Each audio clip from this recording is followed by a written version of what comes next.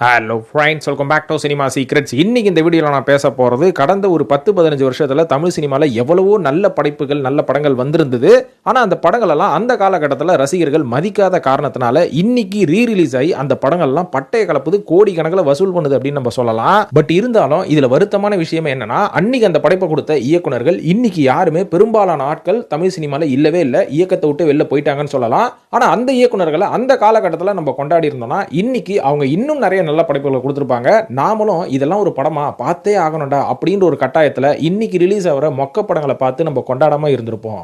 So அது மாதிரி அந்த காலகட்டத்தில் நல்ல படைப்புகளாக வந்த படங்கள் என்னென்னு நான் சொல்ல போகிறேன். இன்னி வரைக்கும் இதெல்லாம் நல்ல படமானு கூட தெரியாமல் நம்ம அந்த படங்களெல்லாம் நம்ம விமர்சனம் பண்ணிட்டு இருக்கோம். ஆனால் உண்மையாகவே இந்த லிஸ்ட்டில் நான் சொல்ல போகிற ஒரு 20 படங்கள் கண்டிப்பாக தரமான படங்கள் தாங்க. ஸோ அந்த படங்களை இதுதான் அந்த படங்கள்னு நான் சொல்லி தட்டி கடிச்சிட்டு இந்த வீடியோ வந்து அப்படியே ரன் பண்ணுறதை விட்டுட்டு இந்த படங்கள் எதனால் தரமான படங்கள் அப்படின்ற ஒரு அனாலிசிஸ் நான் பண்ணியிருக்கேன். அதை சொல்கிறதுக்கு அப்புறமா இந்த படத்து மேலே உங்களுக்கு இருக்கக்கூடிய பார்வை இனிமேல் இந்த வீடியோக்கு அப்புறம் வேறு மாதிரி இருக்கும். இப்போ வாங்க நேரம் கடத்தாமல் வீடியோவில் போவோம். இப்போ இந்த லிஸ்ட்டில் நான் முதலாவதா சொல்ல போற படம் ரஜினி அவர்கள் நடிப்பில் வெளியான பாபா அப்படின்ற படம். சோ இந்த படத்தோட பேரை சொன்னாலே அன்னைக்கு என்ன நடந்தது அப்படின்றது எனக்கு ரொம்பவே நல்லா ஞாபகம் இருக்கு. ஏன்னா அன்னைக்கு தியேட்டர்ல பெருசா கூட்டமே இல்லைங்க. முதல் 3 நாள் நல்லா போனாலும் அதுக்கப்புறம் வேர்ட் ஆஃப் மவுத்ல இந்த படம் வந்து பெருசா இல்ல, ரஜினி படம் மாதிரி இல்லைன்னு அன்னைக்கு இருக்கிற ரசிகர்கள்லாம் அந்த படத்தை தட்டி கழிச்ச காரணத்தினால அந்த படம் அன்னைக்கு சரியா போகாம போச்சு. ஆனா இருந்தாலும் டிஸ்ட்ரிபியூட்டர்ஸ்க்கெல்லாம் ரஜினி அவர்கள் காசு கொடுத்து செட்டில் பண்ணிட்டார் அப்படின்ற ஒரு நியூஸும் பரபரப்பா போச்சு அந்த காலகட்டத்தில். ஆனால் என்ன கேட்டிங்கன்னா, இன்னைக்கு இருக்கிற காலகட்டத்தில் இருக்கக்கூடிய என்டர்டெயின்மெண்ட் படங்களோட பாபாவை கம்பேர் பண்ணிங்கன்னா பாபா ஒரு அல்டிமேட்டான என்டர்டெயின்மெண்ட் படம், பக்தி அப்படின்ற ஒரு விஷயத்தையும் தாண்டி அப்படின்னு சொல்லலாம். ஏன்னா இந்த படம் இப்போ ரீரிலீஸ் ஆனப்போ நல்ல கலெக்ஷன் பண்ணுச்சு தியேட்டரில் அப்படின்ற மாதிரி சொல்கிறாங்க. காரணம் என்னன்னு பார்த்தீங்கன்னா, இன்னைக்கு காமெடின்னு சொல்லி கொலையாக கொள்றானுங்கல்ல, அந்த ஒரு மேட்டர் அப்போ கிடையாது. கவுண்டமணியோட காமெடி இந்த படத்தில் அல்டிமேட்டாக இருக்கும், வேற லெவலில் இருக்கும். அது மட்டும் நீங்கள் இல்லைன்னு சொல்லிடுங்க பார்ப்போம். கவுண்டமணி காமெடி பாபா படத்தில் பிடிச்சவங்கலாம் யார் அப்படின்றத கமெண்ட்ல போடுங்க. ஸோ இந்த படத்தோட ஒரு மிகப்பெரிய அட்வான்டேஜ் என்னன்னு பார்த்தீங்கன்னா, இது ஒரு பக்தி படமாக தான் ரஜினி அவர்கள் கொண்டு வந்திருந்தாலும் அந்த பக்தி மற்றும் கடவுள் சார்ந்த விஷயங்கள் இந்த படத்தில் வந்து ஒரு 30-40% இருந்தாலும் 60% இந்த படம் வந்து கம்ப்ளீட்டாக என்டர்டெயின்மெண்ட்டாக தான் போவோம். ஏன்னா இந்த படத்தில் வந்து ஏஆர் ரஹ்மானோட பாடல் காட்சிகள் ரொம்ப நல்லா இருக்கும், இந்த படத்தோட காட்சி அமைப்பு நல்லா இருக்கும். ரெண்டாவது கவுண்டமணி அவர்களோட டைமிங் காமெடி எல்லாம் கடைசி வரைக்கும் படத்தில் அல்டிமேட்டாக தான் போயிட்டு இருக்கும். ஆனால் ரசிகர்களுக்கு ஒரு மிகப்பெரிய ஏமாற்றத்தை இந்த படம் வந்து ஏன் கொடுத்தது அப்படின்ற மாதிரி சொன்னீங்கன்னா, இந்த பாபா படத்துக்கு முன்னாடி ரஜினி அவர்கள் படையப்பா அப்படின்ற ஒரு மாஸ் மசாலா படம் கொடுத்தாரு. இந்த படத்துக்கு அப்புறமா நான் ரிட்டையர்மெண்ட் ஆக போறேன், நான் இனிமேல் படம் நடிக்க மாட்டேன் அப்படின்ற மாதிரி ஒரு அனௌன்ஸ்மெண்ட் கொடுத்ததுக்கு அப்புறமா ரசிகர்களுக்கு ஒரு மிகப்பெரிய ஏமாற்றம், இனிமேல் நம்ம ரஜினி படத்தை பார்க்க மாட்டோமான்னு. ஆனால் அந்த நேரத்தில் ரஜினி அவர்கள் மறுபடியும் வந்து நான் ஒரு ரீஎன்ட்ரி கொடுக்க போறேன், ஒரு படம் நான் நடிக்க போறேன், அந்த படத்தின் பெயர் பாபா அப்படின்ற மாதிரி போஸ்டர் எல்லாம் அடிச்சு ஒட்டின உடனே அந்த காலகட்டத்தில் அந்த போஸ்டர் வேற மாதிரி இருக்குங்க, பாஷா படம் போஸ்டர் மாதிரி இருக்கும். உதாரணத்துக்கு சொல்லணும்னா இந்த பாபா முத்திரையெல்லாம் காட்டிட்டுலாம் ஒரு பெருசாக வந்து போஸ்டர் ரிலீஸ் பண்ணுறதையும் தாண்டி ஒரு 4 பேரோட ரயில்வே ஸ்டேஷனில் அப்படி ஸ்டைலாக சிகரெட் பிடிச்சிட்டு நடந்து வர மாதிரி ஒரு போஸ்டர்ஸ் வந்து சிட்டி ஃபுல்லாக ஒட்டியிருந்தாங்க. இதை பார்க்கும்போது இது மறுபடியும் ஒரு கேங்ஸ்டர் படம் அப்படின்ற மாதிரி பயங்கர எதிர்பார்ப்பு இருந்தது. இது கிட்டத்தட்ட ஒரு பாஷா மாதிரி இருக்கும் அப்படின்ற மாதிரி எதிர்பார்த்தாங்க. ஏன்னா பாஷா படத்தை இயக்கிய சுரேஷ் கிருஷ்ணா அவர்கள் தான் இந்த படத்துக்கும் இயக்குனர் அப்படின்ற ஒரு அனௌன்ஸ்மெண்ட் வந்தது.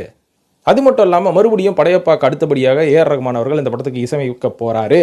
ஸோ இது வந்து ஒரு பக்தி வாய்ந்த ஒரு வித்தியாசமான படமாக இருக்க போகுது அப்படின்ற மாதிரி ஏகப்பட்ட ஹைப் வந்து அந்த காலகட்டத்தில் கிரியேட் ஆனதுக்கப்புறம் ரசிகர்கள் தேட்டரில் பார்த்த உடனே மிகப்பெரிய ஏமாற்றம். ஏன்னா ரஜினி அவர்களோட படத்தில் வந்து நம்ம என்னென்னலாம் எதிர்பார்க்கணுமோ அதெல்லாம் பெருசாக இங்கே இல்லை, கொஞ்சம் கம்மியாக இருக்குது அப்படின்ற மாதிரி மிகப்பெரிய டிசப்பாயின்மெண்ட் அந்த காலகட்டத்தில் இருந்தது.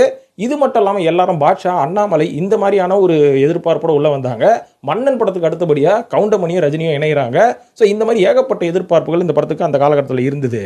ஆனால் இந்த படத்தில் மிகப்பெரிய சொதப்பல் என்னன்னு பார்த்தீங்கன்னா, ரஜினி அவர்களோட லுக் அப்படின்ற மாதிரி சொல்லலாம். ரஜினி அவர்கள் அந்த காலகட்டத்தில் ஏகப்பட்ட ஹீரோக்கள் அஜித், மாதவன், இந்த மாதிரி சாக்லேட் பாய்ஸ், அப்பாஸ் இவங்கெல்லாம் பார்த்தீங்கன்னா கொஞ்சம் ட்ரிம்முடு தாடி, ட்ரிம்முடு கொஞ்சம் முஸ்டாச்சு, மீசியெல்லாம் வச்சுட்டு ஒரு மாதிரி ஒரு யங்ஸ்டராக வந்தா பார்த்தீங்களா, இந்த லுக் வந்து அந்த காலகட்டத்தில் பெருசாக பேசப்பட்டுச்சு. ஏன் விஜய் அவர்கள் கூட அந்த லுக்கில் இருந்தார். ஸோ இந்த மாதிரி ரஜினி அவர்களும் ட்ரை பண்ணார் பாருங்க, அதுதான் மிகப்பெரிய சொதப்பல். பார்க்கறதுக்கு லூஸ் மோஷன் ஆன மாதிரி இருந்த ரஜினி, கலாய்கிறேன் பாடி ஷேமிங் பண்ணுறேன்னு சொல்லாதீங்க. உண்மையாகவே அந்த காலகட்டத்தில் ஒரு சில ரசிகர்கள் சொல்லி என் காதலை கேட்டு அது என்ன மேட்டர்ன்றதான் இப்போ நான் சொல்கிறேன். இதையும் தாண்டி சண்டை போடுறேன்னு சொல்லி அதுக்கப்புறம் நாங்கள் பேஸ்கெட் பால்ன்ற பாருங்க, நானே வளர்றேன், வாலிபாலை தூக்கி சுற்றி அடிக்கிறது. அதுக்கப்புறம் இவரோட 3 மடங்கு பெருசாக இருக்கக்கூடிய ரியாஸ்கான ஷூவை கழட்டி அடிக்கிறேன்னு அந்த ஷூவால் அடிக்கிறது, அந்த ஷூ மறுபடியும் வந்து காலிலே சுருகிக்கிறது, இந்த மாதிரியான ஃபன்னான சில விஷயங்கள் பண்ணனால ஏகப்பட்ட இடத்துல ட்ரோல் ஆனார் ரஜினி அவர்கள்.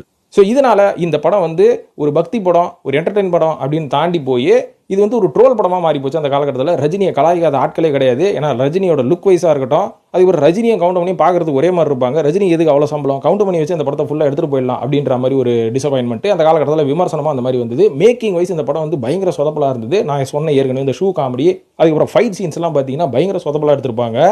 ஸோ இதெல்லாம் சேர்த்து வச்சு இந்த படம் என்னதான் ஒரு நல்ல என்டர்டெய்னிங்கான படமாக இருந்தாலும் மேக்கிங் வைஸ் கொஞ்சம் சொதப்பினால அந்த காலகட்டத்தில் அந்த படத்துக்கு ரெஸ்பான்ஸ் இல்லை.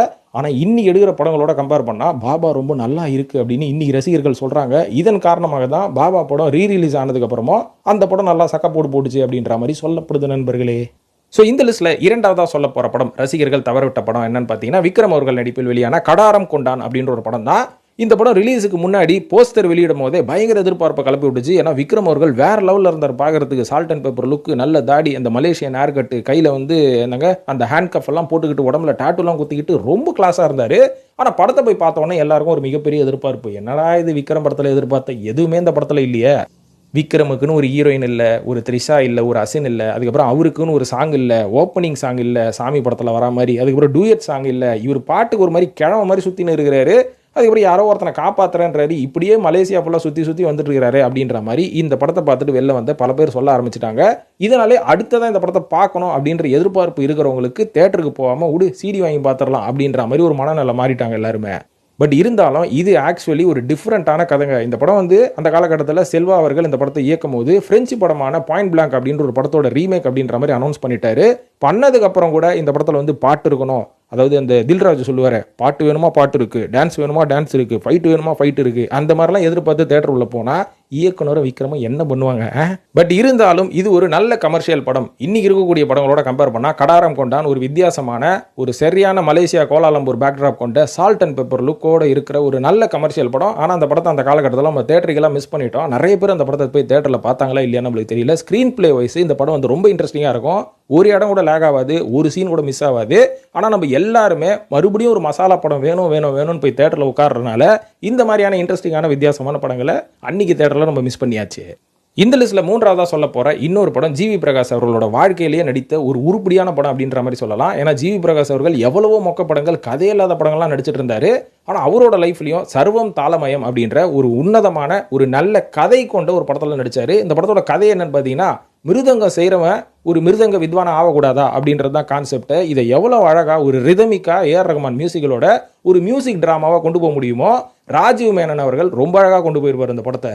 ஸோ இது வந்து ஒரு ஃபீல் குட் படம். இந்த ஃபீல் குட் படம், இன்னைக்கு ஃபீல் குட் படம் எடுக்கிறேன்னு சொல்லி நம்ம மனசில் ஜாதியை விதைக்கிறது, வன்மத்தை விதைக்கிறது, அதுக்கப்புறம் ஒரு ஏற்றத்தாழ்வை விதைக்கிறது, இப்படின்ற மாதிரி தான் படம் எடுப்பானுங்க. ஆனால் இந்த படம் ஒரு கவிதை மாதிரி போகும், ஒரு ரொம்ப ரொமான்டிக்காக போகும். அதாவது 19 வருஷத்துக்கு முன்னாடி ராஜீவ் மேனன் அது என்னங்க பிரபுதேவா வச்சு மின்சார கனவு கொடுத்தாரு பார்த்தீங்களா, அந்த படத்தை பார்க்கும்போது உங்களுக்கு என்ன ஃபீல் கிடைக்குமோ அந்த அளவுக்கு இந்த படம் அவ்வளோ தத்ரூபமாகவும் நேச்சுரலாகவும் இருக்கும். அது மட்டும் இல்லாமல் இந்த படத்தில் இருக்கக்கூடிய வாய்ஸ் எல்லாமே லைவ் ரெக்கார்டிங் பண்ணியிருப்பாங்க. அதனால் எவனும் டைலாக்கையும் எமோஷனையும் மிஸ் பண்ணவே முடியாது. அந்த அளவுக்கு இந்த படம் நேச்சுரலாக போகும். அபர்ணா பாலமுரளி அவர்கள் பார்க்கறதுக்கு ரொம்ப அழகாக இருப்பாங்க இந்த படத்தில். இதுக்கப்புறம் அவங்கள சொதப்பிட்டானுங்க எல்லா படத்துலையும் வச்சு. ஸோ இந்த படம் வந்து ஆக்சுவலாக பாக்ஸ் ஆஃபீஸ் சக்ஸஸ் தான் ஆச்சு. ஆனால் பல பேரால் இது நோட் பண்ணவே இல்லை, ஒரு அன்னோட்டிஸ்டு ஃபிலிமாக தான் இது போச்சு. இருந்தாலும் நிறைய பேர் இந்த படத்தை பார்த்து கொண்டாடி இருக்கிறாங்க. ஆனால் பல பேர் இந்த படத்தை மிஸ் பண்ணிட்டாங்கப்பா. இந்த லிஸ்ட்டில் நாலாவதாக சொல்ல போகிற படம் பரத் அவர்களோட கெரியரில் one of the best movies அப்படின்ற மாதிரி சொல்லலாம். காளிதாஸ் அப்படின்ற ஒரு படம் தான். ஏன்னா பரத் அவர்களோட கெரியரில் காதல் வெயிலுக்கு அப்புறமா ஒரு நல்ல படம் கொடுத்தாருன்னா அது இந்த காளிதாஸ் படத்தை சொல்லலாம். ஒரு அற்புதமான சைக்கோ த்ரில்லரு. ஸோ எவ்வளவோ சைக்கோ த்ரில்லர் வருது, இது மட்டும் என்ன வேறுபாடு அப்படின்ற மாதிரி கேட்டிங்கன்னா, இந்த படத்தில் நீங்கள் எதிர்பார்த்த கிளைமேக்ஸ் இல்லாமல் வேறு கிளைமேக்ஸ் இருக்கும். இந்த கிளைமேக்ஸை நீங்கள் ப்ரிடிக்ட் பண்ணியிருக்கவே மாட்டீங்க. ஏன்னா ஒரு க்ளூ கூட கொடுத்துருக்க மாட்டாங்க கிளைமேக்ஸ் இப்படி தான் மாறப்போகுதுன்னு. அந்த அளவுக்கு இந்த படத்தோட ஸ்க்ரீன் பிளேவும் பரத் அவர்களோட ஆக்டிங்கும் வந்து பார்த்தீங்கன்னா ரொம்ப என்கேஜாக இருக்கும்.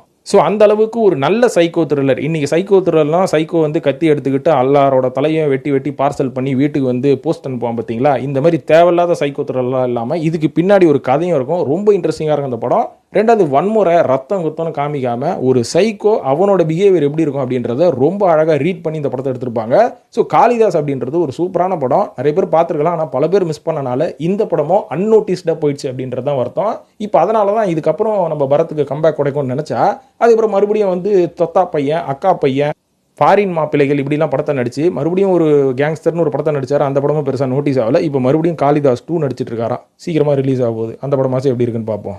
இந்த லிஸ்ட்டில் ஐந்தாவதாக சொல்ல போகிறது முருகதாஸ் அவர்களின் ஸ்பைடர். முருகதாஸ் படம் தான் சொல்லுவேன், மகேஷ் பாபு படம் தான் சொல்ல மாட்டேன். ஏன்னா இந்த படம் முழுக்க முருகதாஸ் படம் மாதிரி தான் இருக்கும். ஏன்னா மகேஷ் பாபு அவர்கள் செய்யக்கூடிய ஒரே ஒரு ஆக்ஷன் என்னன்னு பார்த்தீங்கன்னா முறைக்கிறது. லவ்வாக இருந்தாலும் முறைப்பார், கோவம் இருந்தாலும் முறைப்பார், பாசம் வந்தாலும் முறைப்பார். ஸோ அந்த ஃபேஷியல் வந்து எக்ஸ்பிரஷனே இருக்காது. ஆனால் இந்த மாதிரி எக்ஸ்பிரஷனே இல்லாத ஒரு ஆளை எவ்வளோ லெவலுக்கு நம்ம யூஸ் பண்ணலான்னு அழகாக இந்த படத்தில் நம்ம முருகதாஸ் அவர்கள் யூஸ் பண்ணியிருப்பாரு. இருந்தாலும் இந்த படம் பாக்ஸ் ஆஃபீஸ் டிசாஸ்டராம்பா. என்னதான் பாக்ஸ் ஆஃபீஸ் டிசாஸ்டர் ஆனாலும் இது ஒரு பக்கா கமர்ஷியல் படங்க. ஆனால் இந்த படம் எதனால் பாக்ஸ் ஆஃபீஸில் ஃபெயிலியர் ஆயிடுச்சுன்னா, அந்த மூஞ்சி ரியாக்ஷன் தெலுங்கு ஆடியன்ஸால் ஒத்துக்கவே முடியல. என்னடா இது மகேஷ் பாபு டீசெண்டாக காமிக்கிறாங்க, இந்த ஆள் போக்கிரி, ஒக்குடு, பத்ரா இந்த மாதிரியான ஆக்ஷன் மசாலா படம் தானே நடிப்பான், அடிச்சா ஒரு 20-30 பேராச்சும் அடிப்பான், அதுக்கு கம்மியாக அடிக்கவே மாட்டான். அந்த ஆள் இந்த ஆளை கூட்டின்னு போயிட்டு ஐடி கம்பெனியில் வேலை பார்க்குற மாதிரி ஒரு 10 ரூமில் உட்கார வச்சு படம் எடுத்துன்னு இருக்கிறீங்களே அப்படின்ற மாதிரி தெலுங்கு ஆடியன்ஸுக்கு என்னதான் ஒரு மிகப்பெரிய டிசப்பாயின்மெண்ட் இருந்தாலும் அது எல்லாத்தையும் எஸ்ஜே சூர்யா அவர்கள் இந்த படத்தில் ஃபீல் பண்ணியிருப்பாரு. ஏன்னா இந்த படத்துக்கு அப்புறமா தான் எஸ்ஜே சூர்யா அவரோட செகண்ட் இன்னிங் ஸ்டார்ட் ஆச்சு அப்படின்ற மாதிரி சொல்லலாம். இதுக்கப்புறம் தான் தொடர்ந்து பல படங்கள் எஸ்ஜே சூர்யா அவர்கள் கமிட் ஆக ஆரம்பிச்சாரு ஒரு மிகப்பெரிய பிரேக்குக்கு அப்புறம். இருந்தாலும் இன்னைக்கு இருக்கக்கூடிய படங்களோட கம்பேர் பண்ணால் ஸ்பைடர் அப்படின்றது வந்து ஒரு டிசப்பாயின்மெண்ட்டே கொடுக்காத ஒரு நல்ல படம் தான். ஆனால் தெலுங்கு ஆடியன்ஸுக்கு டிசப்பாயின்மெண்ட் கொடுத்ததுக்கு முக்கியமான காரணம் நம்ம முருகதாஸ் அவர்கள் நம்ம மகேஷ் பாபு வேற மாதிரி காமிச்சது தான் அப்படின்ற மாதிரி சொல்கிறாங்க. பட் இருந்தாலும் எஸ்ஜே சூர்யா அவர்கள் அதை ஃபுல்ஃபில் பண்ணி வேற லெவலில் அந்த படத்தை கொண்டு போயிருப்பாரு. எந்த எக்ஸ்பெக்டேஷனும் இல்லாமல் இந்த படத்தை நீங்கள் உட்காந்து பார்த்தீங்கன்னா இந்த படம் உங்களை கண்டிப்பாக சாட்டிஸ்ஃபை பண்ணும் அப்படின்றதுல எந்த மாற்றமும் இல்லை. இருந்தாலும் அந்த காலகட்டத்தில் ரசிகர்கள் இந்த படத்தை கொண்டாட மறந்து விட்டார்கள். இப்போ 6வதாக சொல்கிறேன் பாருங்க, இந்த படம் தாங்க தரமான படம். இந்த படத்தை ஏன் கொண்டாடலன்னு தெரியல, மறுபடியும் ரீரிலீஸ் பண்ணால் இந்த படம் ஓடுமான்னு தெரியல. இன்னி வரைக்கும் நம்ம ஆடியன்ஸால் இந்த படத்தை எடுத்துக்கவே முடியல. ஏன்னா என்னென்னமோ படம்லாம் நான் பார்க்குறேன், ஃப்ரெஞ்சு படம் பார்க்குறேன், கொரியன் படம் பார்க்குறேன், இட்டாலி படம் பார்க்குறேன், ஜெர்மன் படம் பார்க்குறேன் அப்படின்ற மாதிரிலாம் ஓடுறானுங்க.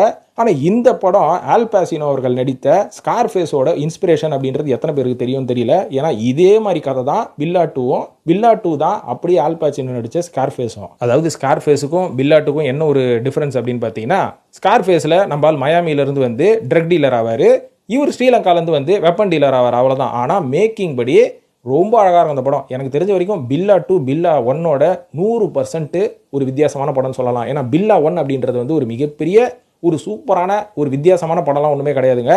ஏன்னா பில்லா 1 பொறுத்த வரைக்கும் அஜித் அவர்கள் கல்யாண ரிசப்ஷனில் வர மாப்பிள்ள மாதிரி கலர் கலராக கோட்டை போட்டுக்கிட்டு ராத்திரியில் கூலிங் கிளாஸை போட்டுக்கிட்டு குறுக்க முறுக்க நடந்துக்கிட்டு தான் இருப்பார். இதை கேட்டால் அந்த காலகட்டத்தில் விஷ்ணுவர்தன் பயங்கர ஸ்டைலிஷான படம் சொல்லி ரசிகர்களை ஏமாற்றி இந்த படம் அந்த காலகட்டத்தில் ஓடிடுச்சு. ஆனால் அஜித் அவர்களை பார்த்தா ஒரு டான் மாதிரியே இருப்பார், சத்தியமாக டான் மாதிரியே இருக்க மாட்டார். அதாவது ஷாருக் கான் அந்த காலகட்டத்தில் டான் அப்படின்ற அந்த பழைய அமிதாப் பச்சன் நடித்த டானை வந்து ரீமேக் பண்ணார். இருந்தாலும் அந்த டானில் நிறைய கதை மாற்றங்கள் இருக்கும். செகண்ட் ஹாஃப் ஃபுல்லாக படம் வேறு லெவலில் இருக்கும். கிளைமேக்ஸில் பார்த்தீங்கன்னா ஷாருக் கான் நடித்த டான் வந்து ஒரு எதிர்பார்க்காத ஒரு கிளைமேக்ஸாக தான் இருக்கும். ஆனால் இங்கே பில்லா நடிக்கும் போது ரஜினி அவர்கள் நடித்த பில்லாவை அப்பட்டமாக அப்படியே இன்றைக்கி இருக்கக்கூடிய காலகட்டத்தில் எடுத்துகிட்டு போயிட்டு பட்டி டிங்கரிங் பார்த்து கொஞ்சம் மூஞ்சிக்கு பவுட்ரு ஃபேர் அண்ட் லவ்லிலாம் போட்டு எப்படி மெருகேற்ற முடியுமோ அப்படி பல கிளாமராக மெருகேற்றி ரிலீஸ் ஆன படம் தான் இது. ஆனால் பில்லா 1ல் எதுவுமே இருக்காது, சப்புன்னு இருக்கும். ஆனால் என்ன மலேசியா பேக்ட்ராப்பு, அஜித் அவர்கள் கொஞ்சம் ஸ்டைலிஷான 1 வரி 2 வரி டைலாக்கு, அதுக்கப்புறம் அந்த 2 ஃபிகருங்க பக்கத்தில் வந்து நம்ம யாருங்க நயன்தாராவும் வேற யாருங்க நமிதாவையும் வச்சு அந்த படத்தை வந்து அப்படி இப்படி ஓட்டியாச்சு. யுவன் சங்கர் ராஜா மியூசிக் வந்து இந்த படத்தை பெருசாக காப்பாற்றுச்சு அப்படின்ற மாதிரி சொல்லலாம். ஆனால் பில்லா 1ஓட கம்பேர் பண்ணால் பில்லா 2 செம படம். ஏன்னா கிளைமேக்ஸ் எல்லாம் பார்த்தீங்கன்னா அந்த படத்தில் வேறு லெவலில் இருக்கும். அஜித் அவர்கள் ரைசிங் ஆஃப் பில்லா அப்படின்றத காமிக்கிறது அவ்வளோ சூப்பராக அவ்வளோ தத்ரூபமாக காமிச்சிருப்பாங்க. சக்ரி டோலிட்டி அவர்கள் அஜித்தோட ஒரு பிரேவ் அட்டம்ப்ட். ஏன்னா அந்த காலகட்டத்தில் எந்த ஒரு மாஸ் ஹீரோவும் இப்படிப்பட்ட ஒரு அட்டம்ப்டை பண்ணுறதுக்கான வாய்ப்புகளே இல்லை. ஏன்னா கூட வந்து ஒரு நல்ல அழகான ஹீரோயின் இல்லை, ஹீரோயின் இருப்பாங்க ஆனால் அவங்களோட ஒரு ரொமான்டிக் சாங் கிடையாது, அவங்க கூட ஒரு நல்ல ஒரு லவ் பஞ்சு கிடையாது, ஒரு ஃப்ளாஷ்பேக் கிடையாது, ஒரு ஹீரோயிசம் அப்படின்றது எதுவுமே இந்த படத்தில் இருக்காது. எப்படி ஒரு லோ லெவலில் இருந்து ஒரு டான் உருவாகிறான் அப்படின்றத ரொம்ப அழகாக காமிச்சிருப்பாரு. ஸோ ஆனால் இருந்தாலும் இந்த படம் வந்து அன்றைக்கி ரசிகர்களால் ஏற்றுக்கவே முடியல. ஏன்னா அஜித் படத்தில் நாங்கள் இதெல்லாம் எதிர்பார்க்கல. ஏன்னா அன்றைக்கி வந்து ரொம்ப கிளியராக சொல்லிட்டாரு சக்ரி டோலிட்டி அவர்கள், இது வந்து பில்லாவோட ப்ரீக்வல் தான், பில்லா ரைசிங் ஆஃப் பில்லா அப்படின்ற மாதிரி தான். ஏன்னா டான் 2 எடுக்கும்போது ஷாருக் கான் அவர்களை வச்சு டான் 2 எப்படி எடுத்திருப்பாங்கன்னா, டான் 1ல் டான் உண்மையாகவே சாக மாட்டாங்க, அதுக்கு பதிலாக டானா நடிகை வந்தான் பார்த்தீங்களா, அவனை போட்டு தள்ளிட்டு டானாவே தான் இருப்பான். அதனால் வந்து அது சீக்குவலாக மாறிச்சு. ஆனால் இங்கே நம்ம விஷ்ணுவர்தன் அவர்கள் மூளையை கொஞ்சம் கூட யூஸ் பண்ணாமல் அப்படியே நம்ம ரஜினி அவர்கள் நடித்த பில்லாவை எடுத்துகிட்டு வந்து இங்கே எடுத்தனால இதை வந்து சீக்குவலாக கண்டினியூ பண்ண முடியாதனால தான் ப்ரீக்குவல் அப்படின்ற மாதிரி இந்த படத்தை எடுத்தாங்க. ஆனால் இருந்தாலும் அஜித் அவர்களோட லுக்கை கிட்டத்தட்ட மேட்ச் பண்ணி இந்த படத்தை ரொம்ப அழகாக ஸ்டைலிஷாக கோவா பேக்ட்ராப்பில் எடுத்திருப்பாங்க. ஆனால் என்னதான் இருந்தாலும் இந்த படம் ரசிகர்களால் ஏற்றுக்கவே முடியல. இன்னி வரைக்கும் ஏற்றுக்கிட்டாங்கனாலும் தெரியல. One of the best films in அஜித்தோட கெரியர் அப்படின்ற மாதிரி பில்லா 2 நான் சொல்லுவேன். எனக்கு ரொம்ப பிடிச்ச படம். இந்த படத்தை வந்து நான் தேட்டர்லேயே வந்து 2-3 தடவை பார்த்துருக்கிறேன். பில்லா 1 கூட நான் ஒரு வாட்டி தான் பார்த்தேன். இந்த படத்தை நான் 2-3 தடவை பார்த்தேன். அந்தளவுக்கு எனக்கு பிடிச்ச படம். இன்னி வரைக்கும் இந்த படத்தை பார்க்காதவங்க, பார்த்தவங்க கூட இந்த படத்தை பிடிக்காதவங்க, இனிமேல் நான் சொன்னதுக்கப்புறம் இந்த படத்தை எந்த எதிர்பார்ப்பும் இல்லாமல் பொறுமையாக பாருங்கள். ஆல் பாசினோ அவர்களோட படத்தையே தூக்கி சாப்பிட்ற அளவுக்கு இந்த படத்தோட மேக்கிங் இருக்கும். இதை சொன்னோன்னே சில பேர் டென்ஷன் ஆவீங்க. நம்ம தமிழ் சினிமாவுக்கு இந்த படம் ஒரு 100 மடங்கு பெட்டரான படம் தான் அப்படின்ற மாதிரி நான் சொல்லிக்கிறேன். இப்போ பில்லா 2 தொடர்ந்து 7ஆவதா நான் சொல்ல போகிற படம் ராஜகுமாரன் அவர்கள் நடித்த கடுகு. போன வீடியோவில் தான் அவரை வச்சு செஞ்சோம் நம்ம. ஆனால் உண்மையாகவே இந்த ஆளுக்குள்ளே ஒரு நடிப்பு திறமை இருக்குது அப்படின்றது வெளிப்பட்டது இந்த கடுகு படத்தில் தான் அப்படின்ற மாதிரி நான் சொல்லுவேன். ஏன்னா இந்த படத்தில் இவரோட லுக்குக்கு இவரோட மேனரிசத்துக்கு என்ன பண்ண முடியுமோ அழகாக அந்த மேனரிசத்தை நம்ம இயக்குனர் விஜய் மில்டன் அவர்கள் கடுகு படத்தில் யூஸ் பண்ணியிருப்பாரு. கடுகு படத்தோட பேக்ட்ராப்பே பார்த்தீங்கன்னா லொக்கேஷன்லாம் காரைக்கால் பக்கத்தில் நாகப்பட்டினம் பக்கத்தில் எடுத்திருப்பாங்க. இந்த லொக்கேஷன்லாம் அல்டிமேட்டாக இருக்கும். ஸோ இந்த இடத்துல தான் பிரின்ஸ் வந்து படம் நம்ம சிவகார்த்திகேயன் பிரின்ஸ் படமும் எடுத்தாங்க. ஸோ அந்த படத்தில் ஹீரோயின் தங்கியிருந்த அந்த பங்களாலாம் அங்கே தான் இருந்தது. இதுக்காகவே தரங்கம்பாடிக்கு வண்டியை பிடிச்சிக்கிட்டு போயிட்டு நான் அந்த லொக்கேஷனை பார்த்து இங்கே தான் எடுத்தாங்களா அப்படின்ற ஒரு சாட்டிஸ்ஃபேக்ஷன் எனக்கு இருந்தது. ஏன்னா இந்த படம் பார்த்ததுக்கப்புறம் தான் அங்கே போகணுன்னு எனக்கு தோணுச்சு. அதுக்கப்புறம் ஒரு ஃப்ரெண்டு வச்சு நான் அந்த இடத்த கண்டுபிடிச்சிட்டேன். அங்கே போய் நான் பார்த்துருக்கேன். ஸோ இந்த மாதிரி ஒரு ஆள் லொக்கேஷன்லாம் பார்த்து அந்த லொக்கேஷன் எங்கே இருக்குன்னு தேடக்கூடிய ஆள் நான் ஒருத்தன். அந்த அளவுக்கு விஜய் மில்டன் அவர்களோட படங்களில் லொக்கேஷனுக்கு அவ்வளோ முக்கியத்துவம் கொடுப்பாரு. ஸோ அந்த அளவுக்கு இந்த லொக்கேஷன், இந்த பேக்ட்ராப்பு, இது மட்டும் இல்லாமல் நம்ம ராஜகுமாரன் அவர்களோட நடிப்பு, பரத் அவர்களோட ஒரு வில்லத்தனமான நடிப்பு, இது எல்லாமே இந்த படத்தில் வேறு லெவலில் இருக்கும். ஆனால் இருந்தாலும் இந்த படம் வந்து பெருசாக நோட்டீஸ் ஆச்சா அப்படின்ற மாதிரி தெரியல. கேமரா, ஸ்டோரி, ஸ்க்ரீன் பிளே எல்லாமே இந்த படத்தில் வந்து குறைய சொல்லாத அளவுக்கு இருக்கும். ஒரு நல்ல ஃபீல் குட் ஒரு ஆக்ஷன் படம் அப்படின்னு சொல்லலாம். ஆனால் அன்றைக்கி காலகட்டத்தில் பல பேர் அதை மிஸ் பண்ணிட்டாங்கன்னு நினைக்கிறேன். இருந்தாலும் கமர்ஷியலாக இந்த படம் ஓரளவுக்கு போச்சுன்றாங்க. அதுக்கு முக்கியமான காரணம் இந்த படத்தோட ரிலீஸை வந்து நம்ம சூர்யா அவர்கள் டேக் கேர் பண்ணிட்டாரு. ஏன்னா 2D என்டர்டைன்மெண்ட் தான் இந்த படத்தை ரிலீஸ் பண்ணாங்க. இது மட்டும் இல்லாமல் இந்த படம் எந்த அளவுக்கு நல்லா இருந்தால் இதே கதையை ராஜ்குமார் அவர்கள், அதாவது ராஜகுமாரன் அவர்கள் பண்ண கேரக்டரை நம்ம சிவராஜ்குமார் அவர்கள் கன்னடத்தில் பண்ணியிருப்பாருன்னு யோசிச்சு பாருங்க. ஸோ அந்த அளவுக்கு ஒரு நல்ல கேரக்டர் டிசைன் பண்ண ஒரு நல்ல தரமான படம் தான் கடுகு அப்படின்ற படம். இந்த லிஸ்ட்டில் 8ஆவதாக நான் சொல்ல போகிற படம் ரஜினி அவர்கள் நடிப்பில் ரஞ்சித் இயக்கத்தில் வெளிவந்த படம் தான் கபாலி அப்படின்ற படம். இந்த படம் இன்னி வரைக்கும் ரஜினி ஃபேன்ஸை பெருசாக ஃபுல்ஃபில் பண்ணலை அப்படின்ற மாதிரி தான் சொல்லுவேன். ஏன்னா கார்த்திக் சுப்புராஜ் அவர்கள் எடுத்த மொக்க படமான பேட்ட படத்தோட கபாலி 100 மடங்கு தேவலாம் அப்படின்ற மாதிரி நான் சொல்லுவேன். ஏன்னா பேட்ட படம் ஒன்றுமே கிடையாது. ரஜினியோட ஃபேன்ஸை செலிப்ரேட் பண்ண வைக்கிறதுக்கான ஒரு படம், அவ்வளோதான். அதுக்கு மேலே அந்த படத்தில் ஒன்றுமே கிடையாது. ஆனால் கபாலின்ற படத்தில் ரஜினியோட ஃபேன்ஸை திருப்தி பண்ணுற அளவுக்கு சீன்ஸும் இருக்கும்.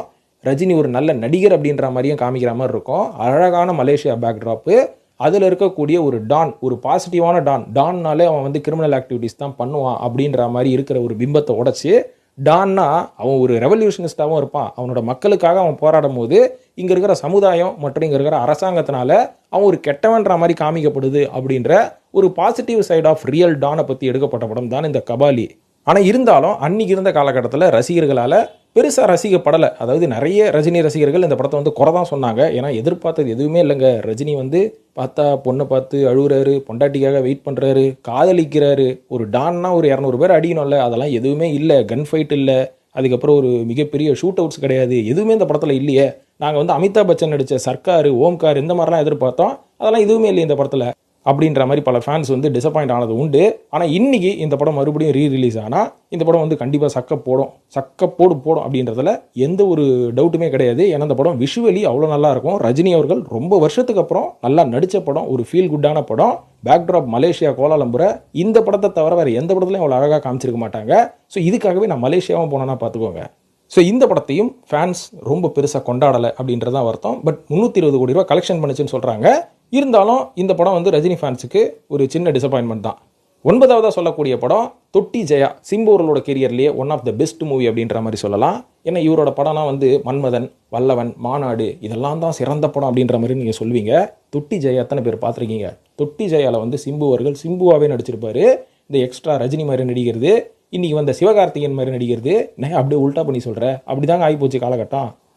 இன்னொருத்தரை சொல்ல விட்டேன், அஜித் மாதிரி நடிக்கிறது. ஏன்னா இவரோட எல்லா படங்கள்லையும் இவர் டைரக்ஷன் பண்ணுற படத்தில், அதாவது டேரக்டர்னு ஒருத்தர் பேரை போட்டுட்டு இவர் உள்ள நடிச்சிட்டு இருப்பார், இவர் டைரக்ட் பண்ணிட்டு இருப்பார் இல்லையா.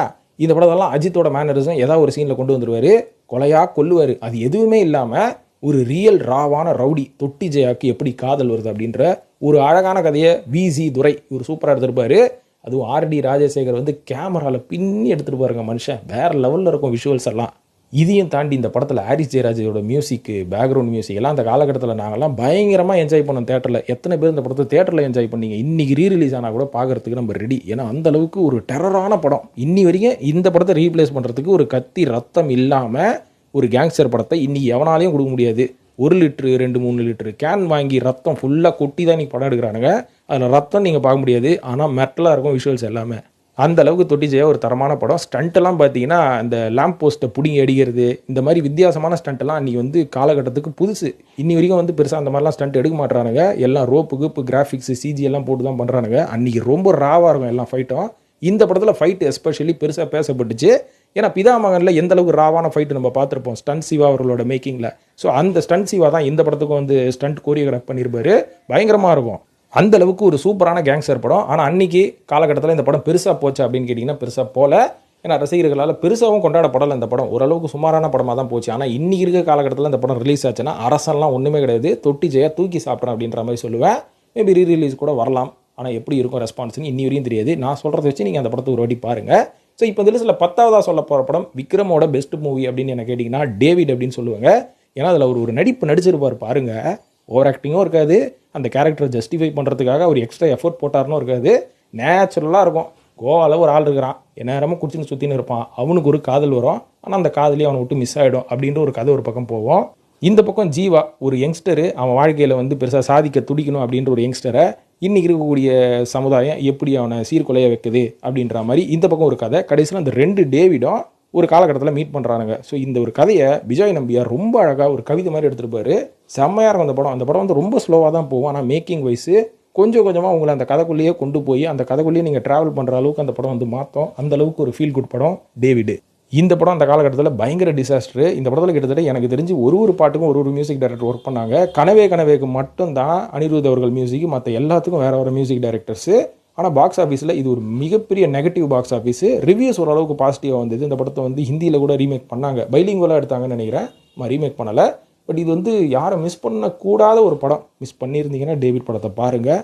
ஏற்கனவே பார்த்தவங்க எப்படி இருந்தது, உங்களுக்கு பிடிச்சிருக்கா அப்படின்றத கமெண்ட்டில் போடுங்க. இதே மாதிரி 11 உத்தம வில்லனை பற்றி சொல்லலாங்க. உத்தம வில்லனை வந்து எல்லாரும் பார்த்து கழுவி ஊற்றுனது வந்து இந்த படத்தை வந்து கமல் அவர்கள் நடித்த காரணத்தினால திருப்பதி பிரதர்ஸ் அப்படின்ற ஒரு கம்பெனியை மூடியாச்சு, லிங்குசாமியை பழி வாங்குறதுக்கு தான் எடுத்தார் அப்படின்ற மாதிரி ஏகப்பட்ட ரிவ்யூவர்ஸு சினிமானா என்னன்னு தெரியாமல், படைப்புனா என்னன்னு தெரியாமல், ஒரு படம்னா என்னன்னு தெரியாத பல தற்குறி ரிவ்யூவர்ஸ் இந்த படத்தை வந்து இன்னி வரைக்கும் கழுவி ஊற்றிட்டு இருக்காங்க. ஆனால் கமல் அவர்களோட அல்டிமேட்டான நடிப்பு இந்த படத்தில் நீங்கள் பார்க்கலாம். ஏன்னா கமல் அவர்கள் அவ்வளோ சரியான எமோஷன்ஸ். ஒரு நடிகனா எப்படி இருப்பான், அவனோட லைஃப் ஸ்டைல் எப்படி இருக்கும், அவன் வந்து பொம்பளை விஷயத்திலே ஆகட்டும், காசு விஷயத்திலே ஆகட்டும், அவன் எப்படி லத்தார்ஜிக்காக இருக்கிறான், அவன் குடும்பத்தோடு எப்படி ஒட்டாமல் இருக்கிறான் அப்படின்றத அவ்வளோ நேர்த்தியாக காமிச்சிருப்பாங்க. அதாவது நடிகர்னா அவனோட லைஃப் ஸ்டைலே வந்து வேறு லெவலில் வேறு மாதிரி இருக்கும் இல்லைங்களா. நீங்கள் வந்து என்ன தான் லக்ஸரி, அதுக்கப்புறம் இந்த பப்ளிக் ஃபிகர் அப்படின்றதையும் தாண்டி அவன் குடும்பத்தோட அட்டாச்மெண்ட்டோடு இருக்க மாட்டான். அவனுக்குன்னு ஒரு கீப் இருக்கும், அவனுக்குன்னு சில கெட்ட பழக்கங்கள் இருக்கும். இதனால் அவன் என்ன ஆகிறான் அப்படின்றத ரொம்ப தத்ரூபமாக காமிச்சிருப்பாங்க உத்தம வில்லனில். ஆனால் இந்த படத்தை சரியாகவே பார்க்காம, இந்த படத்தை அண்டர்ஸ்டாண்ட் பண்ணாமல் இன்னி வரைக்கும் பல பேர் ட்ரோல் தான் பண்ணிட்டு இருக்கிறாங்க. ஆனால் இந்த படத்தை மறுபடியும் நான் சொல்கிறத வச்சு ஒரு வாட்டி ட்ரை பண்ணி பாருங்கள். கண்டிப்பாக உங்களை டிசப்பாயின்ட் பண்ணாது. இதே மாதிரி 12ஆவதா எனக்கு ரொம்ப பிடிச்ச ஜீவா படம். ஜீவா வந்து எவ்வளவோ கேஷுவலாக ஜாலியாக நடிச்சிருப்பாரு. ஆனால் ரொம்ப சட்டிலாக நடித்த படம் ரௌத்ரம் அப்படின்ற ஒரு படங்க. இந்த படத்தை வந்து இன்றைக்கி காலகட்டத்தில் ரசிகர்கள் கொண்டாடினாங்களான்னு தெரியாது. இந்த படத்தில் எனக்கு ரொம்ப பிடிச்ச ஹைலைட்டே பார்த்தீங்கன்னா, நார்த் மெட்ராஸில் ஒரு பெரிய ரவுடியாக இருக்கிறவங்கள உங்களுக்கு ஒரு மார்ஷியல் ஆர்ட் தெரிஞ்சால் நீங்கள் எப்படி ஹேண்டில் பண்ணலாம் அப்படின்றத ரொம்ப நேச்சுரலான ஃபைட்ஸை வச்சு ரொம்ப அழகாக அந்த படத்தை எடுத்திருப்பாங்க. ஒரு சரியான ஆக்ஷன் படம். ஜீவா அவர்களுக்கு ஆரம்பத்தில் இந்த படம் செட் ஆகாது அப்படின்ற மாதிரி தான் நம்ம எதிர்பார்த்தோம். ஆனால் இந்த படத்தோட ஸ்க்ரீன் பிளே கோகுல் அவர்கள் அந்த லெவலுக்கு கொண்டு போயிருப்பார். அதாவது கோகுல் அவர்கள் இதுக்கப்புறமா இதற்கு தானேவா எதுக்கும் ஆசைப்பட்டாய் பாலகுமாரான ஒரு படம் எடுத்தார். அதுக்கப்புறம் பார்த்தீங்கன்னா அவரோட ஃபிலிமோகிராஃபி ரொம்ப டெப்த்தில் டவுனில் தான் போயிட்டு இருந்தது. ஆனால் ரௌத்ரம்ன்றது கோகுலோட கெரியரில் ஒன் ஆஃப் த சரியான பெஸ்ட் படம் அப்படின்னு நான் சொல்லுவேன். ஏன்னா ஸ்க்ரீன் பிளே வைஸ் இந்த படம் உங்களை டிசப்பாயிண்டே பண்ணாது. அது மட்டும் இல்லாமல் சென்ட்ராயான ஒரு மெயின் வில்லனாக கொண்டு வரணுன்ற ஒரு ஐடியா இருக்குது பார்த்தீங்களா. இந்த ஐடியா யாருக்காச்சும் தோணுமா? ஆனால் அந்த ஐடியாவை ரொம்ப அழகாக கொண்டு வந்து இந்த படத்தை எடுத்திருப்பாங்க. So Raudram one of the best film. ஆனால் அதுவும் அன்னைக்கு ரசிகர்களால் பெருசாக ஏற்றுக்கப்படவே இல்லை. என்ன பண்ணுறது, எல்லாம் தலைவிதி. இதுக்கப்புறம் 13ஆவதாக சொல்லப்பட படம் மீகாமன் அப்படின்ற ஒரு படங்க. இந்த படத்தை எத்தனை பேர் பார்த்துருப்பீங்க, எத்தனை பேர் மிஸ் பண்ணியிருப்பீங்க? நிறைய பேர் எனக்கு தெரிஞ்சு இந்த படத்தை மிஸ் பண்ணியிருப்பீங்க. ஏன்னா பல பேர் இந்த படத்தை பார்த்துருந்தா லோகேஷ் கனகராஜ்லாம் ஒன்றும் இல்லை உவா அப்படின்ற மாதிரி சொல்லிட்டு இருப்பீங்க. ஏன்னா லோகேஷ் கனகராஜ் இன்றைக்கி ட்ரக் டீலிங் பண்ணுறேன் அப்படின்னு ரொம்ப மேம்போக்கா பல இங்கிலீஷ் படங்களை பார்த்துட்டு வந்து வளர்னுக்கிறாரு பார்த்தீங்களா. இது எதுவுமே இந்த படத்தில் இருக்காது. 100% இந்த படத்தில் ரிசர்ச் நிறைய இருக்கும். அதாவது லோகேஷ் கனகராஜ் படம் பார்த்தீங்கன்னா ட்ரக் எங்கேருந்தோ வருது, கப்பல் வழியாக வருது, எவனோ கடத்திட்டு வரான் அப்படின்ற மாதிரி மேம்போக்கா சொல்லிட்டு இங்கே ஒரு ஆக்ஷன் சீக்வன்ஸை வச்சு அப்படி இப்படி உல்ட்டா பண்ணிட்டு இருப்பார் பார்த்தீங்களா. அதெல்லாம் மீகாமனில் இருக்கவே இருக்காது. மீகாமனில் இந்த ட்ரக் வந்து இந்தியாவுக்குள்ளே எப்படி வருது, இதை ஹேண்டில் பண்ணுற சிண்டிகேட் எப்படி இருப்பானுங்க, ஸோ இவனுங்கெல்லாம் என்ன மாதிரியான பித்தலாட்ட வேலை பண்ணுவானுங்கன்றதை அப்படியே ரிசர்ச் பண்ணி ரொம்ப அழகாக நம்ம யாருங்க ஒரு இயக்குனர் மகிழ் திருமேனி அவ்வளோ தத்ரூபமாக எடுத்துருப்பாரு. மெகாமன் அப்படின்றது இன்னைக்கு ட்ரக் இந்தியாவுக்குள்ளே எப்படி நுழையிறது அப்படின்ற ஒரு ரிசர்ச் பண்ணப்பட்ட தரமான தமிழ் படம்னு சொல்லுவேன். ஆனால் அந்த படத்தை அன்னைக்கு காலகட்டத்தில் பல பேர் மிஸ் பண்ணிட்டாங்க. ஆர்யா அவர்களோட கெரியரில் அவர் எவ்வளவோ நல்ல படங்கள் கொடுக்குறாருங்க. ஆனால் எதையுமே நம்ம பார்த்து ஆர்யாவை கொண்டாட மாட்டோம். ஒரு நல்ல நடிகன், நல்ல உழைப்பாளி ஆர்யா அவர்களை யாரும் கொண்டாடுறதில்லை. அப்படின்றனால தான் அவர் செகண்ட் தேர்ட் கேட்டகரியில் இன்னமும் இருக்கிறாரு. பட் இருந்தாலும் அவரோட எஃபர்ட் அவர் தொடர்ந்து போட்டு தான் இருக்காரு. நான் ஒரு மிகப்பெரிய ஆர்யா ஃபேன் அப்படின்னு நான் சொல்லுவேன். ஏன்னா அவரோட படங்களும் நல்லாயிருக்கும். அந்த படத்துக்கு அவர் போடுற எஃபர்ட்டும் வேறு லெவலில் இருக்கும். அவர் தேர்ந்தெடுக்கிற கதைகளும் ரொம்ப வித்தியாசமாக இருக்கும். ஆனால் அவரோட படங்களை யாரும் பெருசாக கொண்டாடுறதே கிடையாது. அதனால் மறுபடியும் ஆர்யாவை பார்த்தா பாஸ்கரன் கொடுங்களேன்னு அவரை சாவடிச்சுக்கிறீங்க. அவரும் வித்தியாசமான படங்களை நான் கொடுக்கணும்னு முயற்சி பண்ணாலும் மறுபடியும் பாஸ்கரனை கேட்டுருந்தா என்ன பண்ணுறது? அதனால நான் சொல்கிறத வச்சு மெகாமனை மறுபடியும் எந்த எதிர்பார்ப்பும் இல்லாமல் ஒரு தடவை பாருங்கள். அந்த படம் கண்டிப்பாக பிடிக்கும். மெகாமன் பிடிச்சிருக்கு அப்படின்றவங்க கமெண்ட்டில் போடுங்க. இப்போ அடுத்ததான் நான் சொல்ல போகிற படம் 13ஆவதா நான் சொல்ல போகிற படம் கடல் அப்படின்ற படம். மணிரத்னத்தை எவ்வளோ பேர் கழுவி ஊற்றினாலும் இந்த படம் ஒரு அழகான லவ் ஸ்டோரி, ஒரு சூப்பரான அந்தமான் அண்ட் நிக்கோபார் பேக்ட்ராப்பில் எடுக்கப்பட்ட ஒரு அழகான படம். கௌதம் கார்த்திக் அவர்கள் பார்க்குறதுக்கு ரொம்ப நல்லா இருப்பார். அதே மாதிரி ராதா பொண்ணும் பார்க்குறதுக்கு ரொம்ப அழகாக இருப்பாங்க. ஒரு நல்ல படம். ஆனால் இந்த படத்தையும் பார்த்தீங்கன்னா இயேசுநாதரோட பிரச்சாரம் அப்படின்ற மாதிரி வேற மாதிரி இவனுக்கு கொண்டு போயிட்டு இந்த படத்தை வேற லெவலில் சைத்தான் மற்றும் கடவுள் அப்படின்றதுக்கு நடுவில் ஏற்படக்கூடிய ஒரு கிளாஷ் அப்படின்ற மாதிரி வேற மாதிரி கொண்டு போயிட்டானுங்க. இது அப்சல்யூட்லி ஒரு நல்ல காதல் கதை. இதுக்கு பின்னாடி இருக்கக்கூடிய ஒரு நெகட்டிவான ஒரு கேங்ஸ்டர் ஸ்டோரியும் ஓடிக்கிட்டு இருக்கும். பட் இருந்தாலும் மேக்கிங் வைஸும் அதுக்கப்புறம் அந்த பாடல்கள் பேக்ட்ராப் எல்லாமே கடல் ஒரு அழகான படம் தான். இன்றைக்கி இருக்கக்கூடிய படங்களோட கம்பேர் பண்ணால் கடல் 100 மடங்கு தேவலான்னு நான் சொல்லுவேன். ஸோ இந்த படத்தையும் ரசிகர்கள் அன்னைக்கு கொண்டாட தவறிவிட்டார்கள். இன்றைக்கி ரீரிலீஸ் ஆனாலும் இந்த படம் ஓடாது. இன்னும் மேபி ஒரு 10-15 வருஷத்துக்கு அப்புறமா குணா எந்த அளவுக்கு ஒரு தரமான படமோ அதே மாதிரி கடலும் ஒரு சூப்பரான படம் அப்படின்ற மாதிரி டிவியில் பார்த்து கொண்டாடுவாங்களே தவிர யாருமே தேட்டரில் போய் இந்த படத்தை கொண்டாட மாட்டாங்க.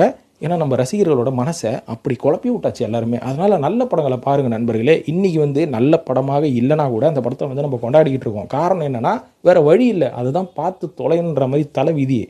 ஸோ இது மட்டும் இல்லாமல் இந்த கவுண்டிங்கை நான் இதோடு நிறுத்திக்கிறேன், இந்த லிஸ்ட்டை இதோடு நிறுத்திக்கிறேன். இன்னும் ஒரு 10-15 படம் இருக்குது. அதெல்லாம் நான் அடுத்த வீடியோவில் நான் பேசுகிறேன்.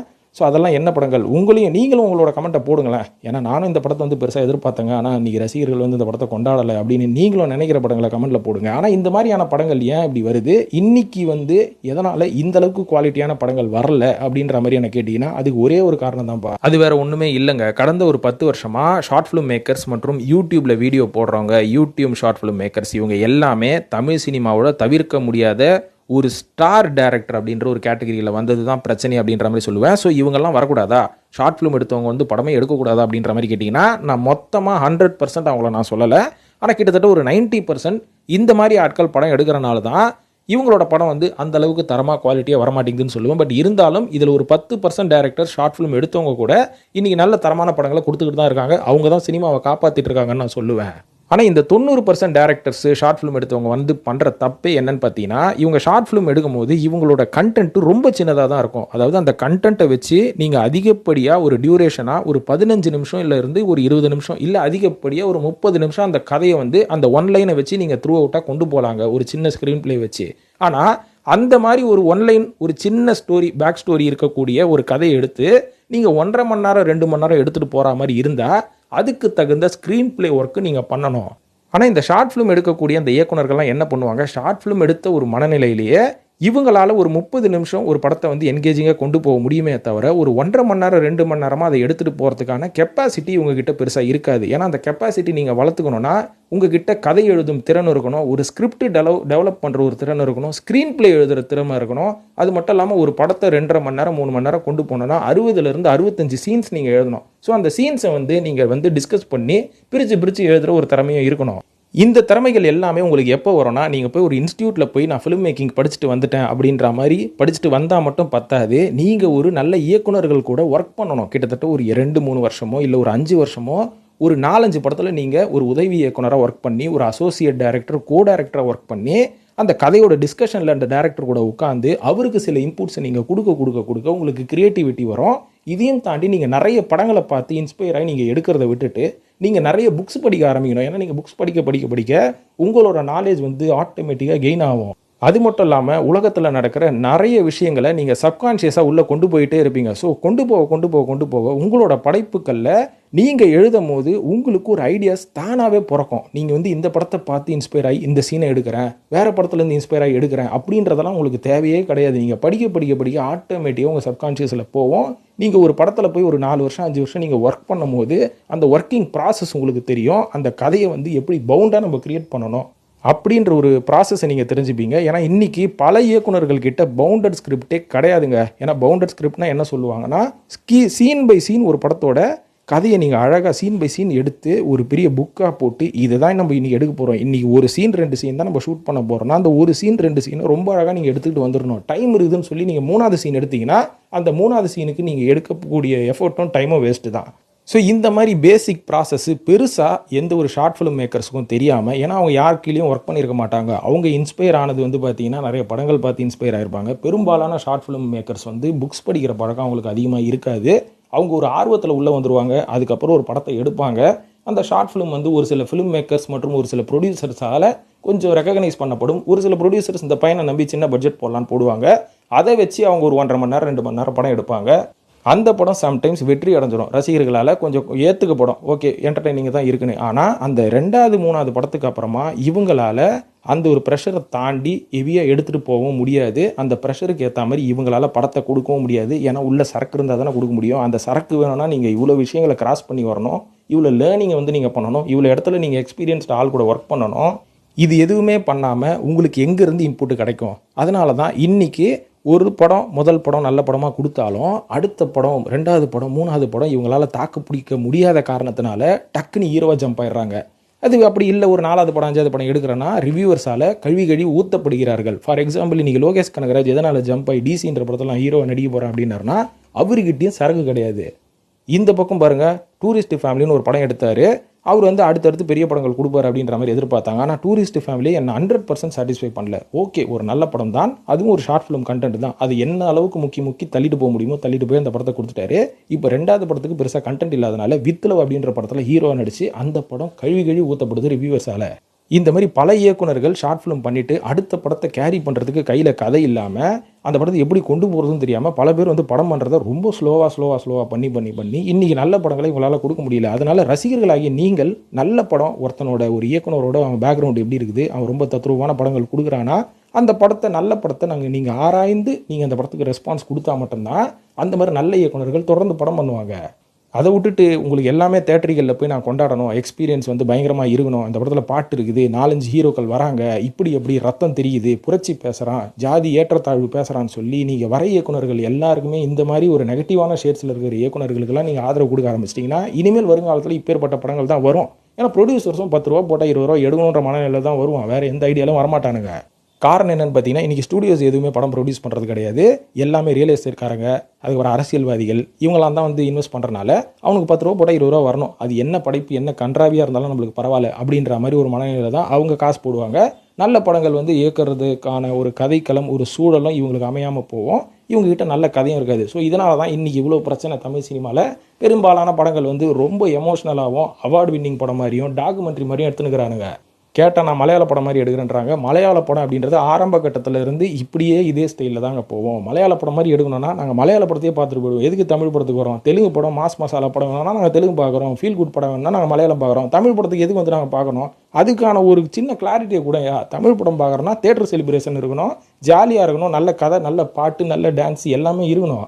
அதையும் தாண்டி நல்ல கதை இருக்கணும், நல்ல கண்டென்ட் இருக்கணும், இது ரொம்ப முக்கியம். கண்ட படத்தை எடுத்து வச்சுட்டு அதில் பாட்டு இருக்குது டான்ஸ் இருக்குதுன்னு ஆட விட்டாலும் எவனும் வந்து தமிழ் ஆடியன்ஸ் யாரும் பார்க்க மாட்டான். நல்ல கதையும் வேணும், நம்ம தமிழ் ஆடியன்ஸுக்கு எல்லாமே வேணும். ஸோ ஒரு நல்ல பிரம்மாண்டமாக வேணும், வித்தியாசமான கதைக்களமும் வேணும், எல்லாத்தையும் சேர்த்து கொடு. அதை விட்டுட்டு எடுக்கிற படம் எல்லாம் எமோஷனல் ஆகும், டாக்குமெண்ட்ரி ஆகும், ஏற்றத்தாழ்வு எடுக்கிறேன், ஜாதி எடுக்கிறேன், அந்த காலத்தில் நடந்த ஒரு சில பிரச்சனைகளை எடுக்கிறேன்னு எல்லாரையும் ஒரு மனநிலையாக குழப்பமாக ஆக்கி வச்சுக்கிறாங்க இன்றைக்கி இருக்கிற ஃபிலிம் மேக்கர்ஸு.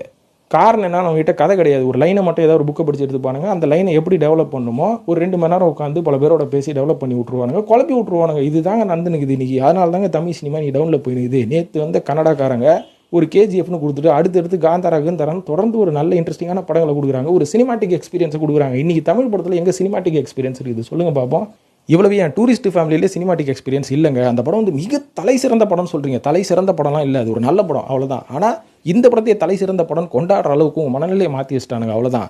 ஏன்னா இப்போ நான் கன்னடத்தில் போனேன், சூப்பரான படங்கள்லாம் எடுக்கிறானுங்க. நம்ம சுதீப் பார்த்தீங்கன்னா நல்ல ஜாலியான என்டர்டைன்மெண்ட் படமாக கொடுத்துட்டு அந்த பக்கம் ஹிந்தி வேறு லெவலில் போயினுக்கிறானுங்க. துரந்தர் மாதிரியான படம் 3.5 மணி நேரங்க படம்.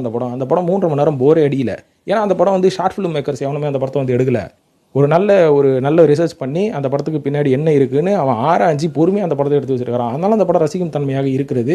பெரிய படமாக தான் எடுத்து வச்சிருக்கானுங்க. 3.5 மணி நேரம் யாராவது உட்காந்து பார்ப்பீங்களா? இன்னைக்கு 1.5 மணி நேரம் தேட்டரில் உட்கார முடியல நம்மளால. ஸோ இந்த மாதிரி கேட்டிங்கன்னா நான் மணிக்கணக்கில் பேசிக்கிட்டே போவேன்.